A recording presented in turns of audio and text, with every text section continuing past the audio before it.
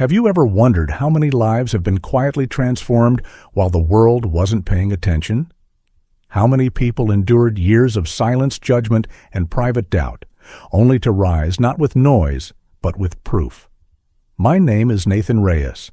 I'm 31 years old, and I founded a company called CivicMind, an AI platform designed to detect political manipulation in online spaces. We started with nothing, no investors, no office, just an idea and a question. What if regular people could see what powerful institutions wanted to hide? But ideas like that don't impress everyone, especially not my father-in-law. For 3 years, he called my work a fantasy. He said I was endangering his daughter's future with tech illusions. He said those words out loud at the Thanksgiving table. 6 months later, the Department of Justice cited my platform in a federal investigation. And the people who once dismissed me, they watched the news in silence. This isn't just a story about revenge. It's about quiet power, earned respect, and what happens when you don't give up. If you've ever been doubted, overlooked, or underestimated, this story is for you. And if it resonates like the video, leave a comment and subscribe. Your voice matters more than you think. The house was quiet in the way that only large, expensive homes manage to be walls thick enough to hide anything, even opinions. My wife Clara had insisted we attend Thanksgiving with her family, despite how distant I'd become in recent years. I told her I'd go for her sake, but I didn't mention the dread I felt as we pulled up to her parents' Palo Alto mansion. Her father, Gerald Coleman, had built his wealth through commercial real estate and had a reputation for measuring people by the size of their income and the safety of their choices. I had neither. Dinner was served in the formal dining room beneath an enormous glass chandelier. Clara's sister and her finance banker husband sat across from us. Her mother floated between seats, smiling as if trying to glue everyone together with politeness. I was pouring myself a second glass of wine when I heard Gerald's voice through the hallway. He wasn't whispering. "I just don't get it," he said. She married a guy building some kind of tech watchdog platform that makes zero money. No clients, no profit, just idealistic nonsense. 3 years, and he still doesn't have a proper job. Laughter followed, soft but unmistakable. It was her sister's husband. Then Gerald again. Clara has a master's degree in clinical social work. She could have married someone with a real future. Instead, she's supporting a guy chasing ghosts on the internet. I stood motionless in the hallway holding a bottle of Pinot Noir. The laughter felt louder than it actually was, like it echoed inside my chest instead of the room. I didn't say anything. I didn't walk in or interrupt. I waited until the conversation drifted elsewhere, then returned, poured Gerald's glass like nothing had happened, and smiled. But something changed in me at that moment. It wasn't the first time I'd heard him undermine me. In private conversations, he'd hinted that my work on CivicMind was abstract and unmonetizable. Once he printed out a job opening at Oracle and slid it across the table during brunch. I had spent years biting my tongue for Clara's sake, but hearing him so boldly dismantle me in front of others while I was just a room away triggered something else entirely. That was the night I decided to say nothing. For now. What Gerald didn't know was that 2 days earlier I had received a secure email from the Department of Justice. They wanted to schedule a meeting. Someone had flagged our AI detection platform in a classified report. They were calling us promising. That word kept replaying in my mind as I smiled through the rest of dinner. Promising? Let him keep talking, I thought. Let him enjoy the certainty of his judgments. Let him be the man who had all the answers right up until the day he realized he was wrong. Because that day was coming, and I wasn't going to stop it. I was going to let it arrive quiet and undeniable. I didn't always know I wanted to build something like CivicMind. What I did know was that I couldn't keep working for companies that only cared about shareholder dashboards and ad revenue. Before the startup, I was a data scientist at a mid-sized tech firm in San Jose, spending my days optimizing user engagement and building machine learning models that nudged people into clicking longer, staying longer, buying more. It paid well. I had health insurance, a 401k. And every morning, I woke up feeling like I was part of something slowly corroding people's lives. That's when I met Clara. She wasn't impressed by resumes. We met during a community discussion group about digital ethics and political media. Yes, the kind of thing people mock until it becomes national news. She challenged me from day one. I remember she said, "If you're going to leave tech, do it for something that matters." That sentence stayed with me longer than she probably intended. We moved in together after a year. She took a job at a trauma counseling center, and I started building CivicMind from our apartment. At first, it was just a browser extension that flagged questionable ad targeting language in political campaigns. Then I built a backend that scanned ad metadata for emotional manipulation patterns, things like outrage bias, fear triggers, false equivalencies. I wrote code until 3 in the morning and made coffee at 6. Some days I felt unstoppable. Other days, deeply delusional. Clara stood by me, even when the landlord raised the rent, even when the laptop overheated and we couldn't afford a new one, even when her parents invited us to dinner and Gerald would ask in his usual passive tone. So any new users yet, I knew what he was really asking. Have you failed yet? The worst part wasn't his words. It was his tone, calm, curious, like someone watching a lab rat fail an experiment and politely documenting the process. We launched our beta platform in year 2. I emailed investigative journalists. I reached out to nonprofit watchdog groups. Most ignored me. A few responded with polite disinterest. Once I thought we had a breakthrough, an assistant editor at a digital magazine said she loved what we were doing. She asked for a quote and then ghosted us for 4 months. That winter, Clara worked weekends to help cover our bills. I took freelance coding gigs just to pay for server space. Every time I explained what CivicMind did to someone new, I felt the same reaction: too abstract, too political, too early. I started going quiet around her family. Clara noticed. "You don't have to prove anything to them," she would say. But she didn't hear the way Gerald asked questions. He never came out and said I was failing. He didn't need to. Every sentence was loaded with quiet judgment. "Don't you ever worry about long-term stability, or have you considered something more scalable, like enterprise data security?" What I really heard was, "Why can't you just be what I understand?" And the truth is, I did worry every damn day. But worrying didn't mean I was wrong. It meant I was still in it. Still building, still believing in something nobody else could see. The shift didn't happen all at once. There wasn't a single lightning bolt moment. But one Monday morning, I woke up to something different, an email from a small nonprofit in Ohio called Fair Vote Alliance. They had stumbled upon CivicMind through a retweet from a tech ethics blogger.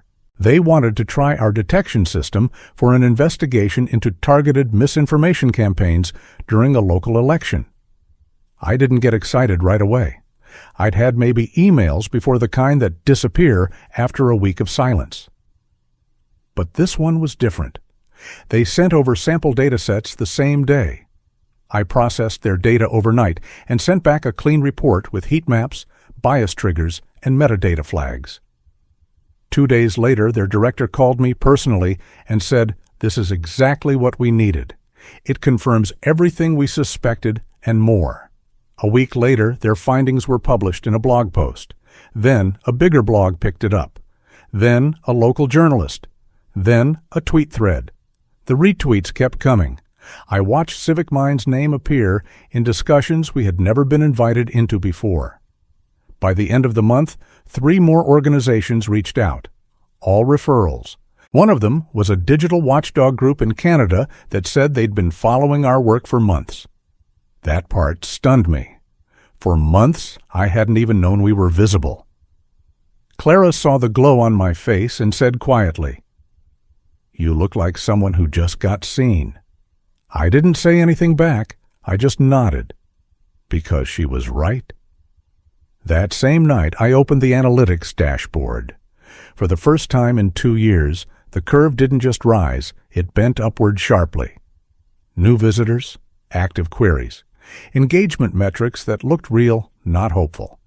I watched the numbers, but it wasn't the numbers that got to me. It was the emails, the sentences, the real-world urgency in their tone. Can your system help us flag voter suppression ads? Do you detect visual manipulation or just text? Is your tool available for use during the state primaries? They weren't asking if it worked, they were assuming it did. And suddenly, I was the one managing expectations, setting limits, building user support templates at midnight. We didn't make much money from those early adopters. A few sent grants. One offered a monthly contribution through Patreon, but money wasn't the point. Not yet. Something more important had arrived traction. I didn't tell Gerald, not when he sent another email with a link to a cybersecurity job. Not when he offhandedly mentioned over dinner that AI is cool, but it's mostly hype. Instead, I let him speak. Clara noticed. "Why don't you tell him what's happening?" she asked one night. I looked at her then, down at my laptop, and said, "Because he hasn't earned the right to know yet." She didn't press. She just put her hand on my shoulder. She understood. I wasn't hiding success out of spite. I was protecting it. Letting it grow quietly like a plant, not yet strong enough to survive the storm of someone else's disbelief. And somewhere deep down, I knew this was only the beginning. 3 weeks after FairVote's blog post went semi-viral, I got an email that didn't look like the others. No logo, no signature banner, just a plain text message from someone named Elise Harmon with a .gov address and a subject line that read, "Follow-up on CivicMind behavioral tagging model." My first thought was that it was spam, some phishing attempt, but the domain checked out. Department of Justice. I read the message 3 times. Elise introduced herself as a data analyst with the DOJ's Digital Integrity Unit. She said she'd been reviewing publicly available metadata from CivicMind and wanted to schedule a brief call to discuss the architecture behind our behavioral tagging model. I stared at the screen for a full minute before replying. Short and professional. I tried to sound like this kind of email was normal. The call happened the next day. Elise was calm-measured and asked precise questions, questions only someone who had actually tested the tool would know to ask. She mentioned that a cross-agency task force had been analyzing emergent threats tied to misinformation campaigns ahead of the next election cycle. She said our tool was functionally promising and that they were exploring pilot technologies to deploy within internal monitoring systems. I stayed composed on the call, but when I hung up, I didn't move for 5 minutes. My hands trembled slightly. Not because I was afraid, because I finally understood we were being taken seriously by people who mattered, and not just in theory. A week later, I signed an NDA. Then came a series of encrypted file transfers, test cases, and API reviews. CivicMind's backend was now being integrated quietly and carefully into a toolchain used by a federal department tasked with protecting democratic infrastructure. I couldn't tell anyone, not even Clara at first. The weight of it pressed on me, both thrilling and isolating. Meanwhile, Gerald kept up his usual routine. During a family lunch, he offhandedly said, "A friend of mine just got hired at Palantir." That's real AI work, you know. He didn't say it maliciously. That was the worst part. He said it like someone commenting on the weather, just a fact to underline what he believed, that real work happened at real companies with real money, real buildings, and real business cards. Clara squeezed my hand under the table. She saw the flicker in my face, the restraint. I nodded gently and said nothing. Inside, I was still carrying the secret. I started working late nights again, not from desperation this time, but because I was building secure modules requested by DOJ developers. The pressure was intense. I wasn't sleeping much. But for the first time in a long time, the fatigue felt purposeful, like gravity, not weight. At one point, Elise emailed me directly, "We may cite CivicMind in an internal briefing. Can we reference you by name?" I replied, "Keep it general for now. I'm not ready for that conversation yet," because I knew that when the news did break, it wouldn't just be another win. It would be the kind of win that rewrites years of quiet judgment in a single headline. And Gerald Coleman would be the last to understand it, but not the last to feel it.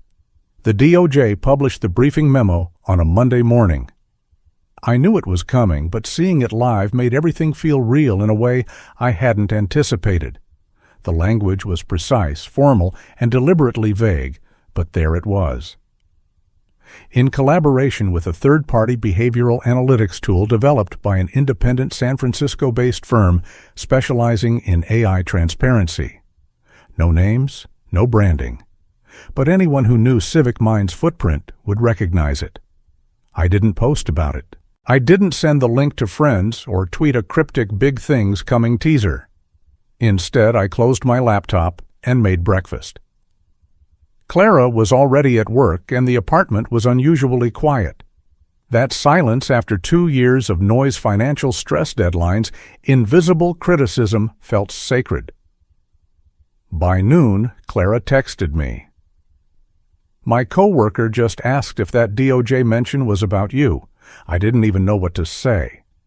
That afternoon, Tech Twitter picked up on it. A few well-connected people posted speculative threads about the unnamed startup behind the DOJ's newest ethics module. One journalist even emailed me asking for comment. I declined. Let it grow without me. Let the story build its own momentum. But not everyone stayed silent. Gerald called that evening.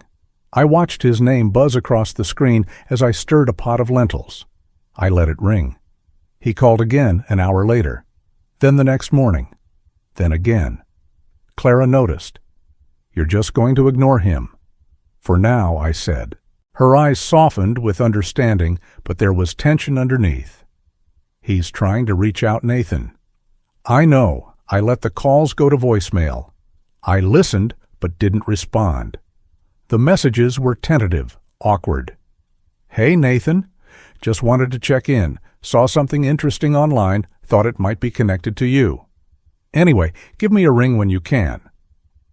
The subtext was thick confusion, pride, guilt, and something else. Urgency. For 3 years he had treated my work like a phase, a hobby, a polite problem he wished his daughter's husband would outgrow. And now he was scrambling to catch up to a reality he had spent years refusing to believe. Clara was quiet during those days, supportive, but conflicted. Her love for me was never in question, but her loyalty was being stretched in opposite directions. I could feel it. She didn't want to force a reunion, but she also didn't want her father to live in the shame of his silence forever. One night, I sat on the edge of the bed and opened a folder on my desktop labeled G. Coleman. Inside were screenshots, emails he had sent me with job openings, internships, unsolicited links to articles about career pivots. I highlighted them all and hit delete. Not in anger, not even as closure. Just as a quiet signal to myself, I don't need to hold this anymore. Because the moment I had waited for had already come. He was calling now. I just wasn't answering. And that silence, that was the loudest thing I had ever said. He showed up on Saturday afternoon. I was sitting at my desk replying to a nonprofit client who had just onboarded CivicMind for a state-level election campaign when I heard the knock. Clara opened the door. Her voice was low, but unmistakable Dad.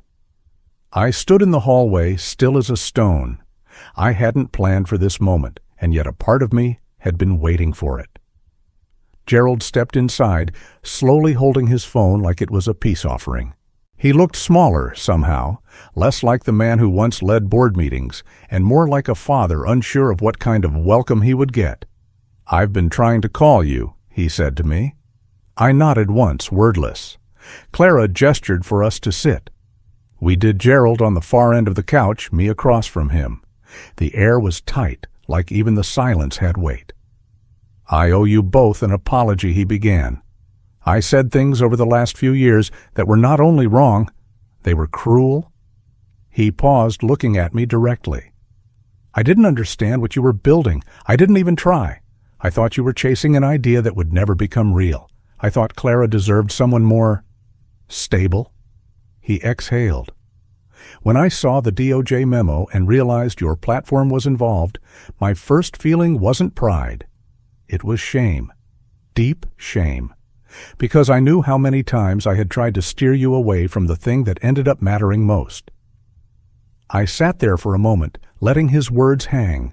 "I appreciate that," I said. "But this isn't just about a memo. You weren't skeptical of CivicMind. You were dismissive of me. You questioned Clara's judgment every time you smiled politely and asked if I'd considered a more secure role. You assumed failure loudly, and when I didn't fail, you went silent." Gerald looked down at his hands. "You're right," he said softly. "I confused your risk-taking with irresponsibility. I thought someone who left a corporate job to chase a mission was someone who couldn't be trusted with a family. I was wrong." Clara finally spoke, her voice calm but firm. "Dad, I've heard you say things about Nathan that you'd never say about anyone else. You always talked about protecting me, but you never once asked how I felt about the work he was doing." Gerald turned to her, eyes glistening. "I know. And I hate that it took a government headline for me to realize how blind I've been." There was a long silence. Then he asked, "What would it take for you to believe that I truly regret it?" I took a breath.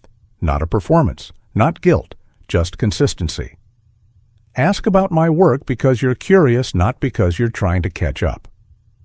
Respect Clara's decisions, not just because she chose me, but because her judgment has always been solid. And don't disappear when it's convenient to be proud." Gerald nodded slowly. "I can do that."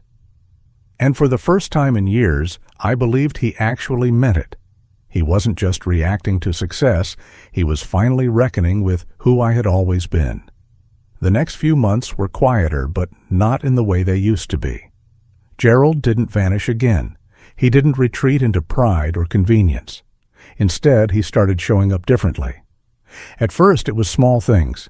He called not to check on my income, but to ask about CivicMind's architecture. He didn't always understand the answers, but he listened. When we attended a family gathering, he introduced me not as Clara's husband, but as Nathan, the one who built that AI platform the government's now using. It wasn't showy. It wasn't forced. It was for the first time specific and real. During Christmas dinner, Clara's uncle brought up the DOJ report. Gerald leaned in and said with quiet confidence, "Nathan's team built the core detection engine they used. It's brilliant work." I caught Clara's glance across the table. She smiled. Not because I needed the validation, but because he had finally learned how to offer it. The biggest shift came a few weeks later. I was invited to speak on a Senate panel about election integrity and algorithmic transparency. CivicMind had officially entered the policy conversation, and for the first time in my life, I found myself surrounded by senators, cybersecurity experts, and press teams quoting my work. That night, Gerald called. "I saw the clip," he said. "I've watched it twice. You were sharp clear. You didn't just sound smart, you sounded like someone who belonged there." I thanked him cautiously. Then he added something I didn't expect. I told my business group about you. Even gave them a rundown of what CivicMind does. I never thought I'd be explaining machine learning models to real estate guys. It made me laugh. Genuinely. That conversation would have been unthinkable a year earlier. Back then, he would have changed the subject if someone asked what I did. Now he wanted to learn, not just out of curiosity, but because he was finally invested. We still had boundaries. I didn't suddenly trust him with everything, but his tone had changed. There was no trace of condescension left, no patronizing advice dressed as concern. He asked questions instead of making assumptions. And when he didn't know something, he said so. Even more surprising, he started asking Clara more about her work, too. He stopped using success as the sole metric of value. He started seeing people more fully, including his own daughter. Then came the moment that surprised me most. One Sunday afternoon, he called to ask for help, not about me or CivicMind, but about a tech tool his company was considering for digital property management. He didn't ask me to fix something. He asked for my opinion. That was the moment it became clear I wasn't just accepted. I was respected. Later that evening, Clara and I sat on our apartment balcony, watching the lights over the bay. "I think your father's learning," I said. "He is," she nodded. "But not because he had to. Because he chose to." And I realized something else in that moment. Some victories aren't loud. They don't always come with headlines or applause. Sometimes the deepest redemption comes quietly when the people who once doubted you start trusting you without needing proof. We often assume that success speaks for itself, but in truth, it rarely does. What actually shifts people's perceptions isn't just what you achieve, but how long you were willing to believe in it before anyone else did. Nathan's story is not just about building a company or proving someone wrong. It's about something deeper, the quiet strength of staying the course when no one claps, and the maturity to let time deliver the truth. Many people live with quiet dreams, projects that aren't understood, values that don't fit the room, ambitions that others call impractical. But history isn't built by the loud. It's built by the patient, the steady, the ones who choose not to shout, but to finish. And if you've ever carried something others didn't see, if you've ever held your breath, stayed focused, and waited for the world to catch up, you're not alone. Respect doesn't come from asking for it. It comes from living in a way that makes others rethink everything they thought they knew about you. If this story spoke to something in you, let us know below. Just write, "I'm still building." And if you believe more stories like this deserve to be heard, you know what to do. We'll keep telling them if you're here to listen.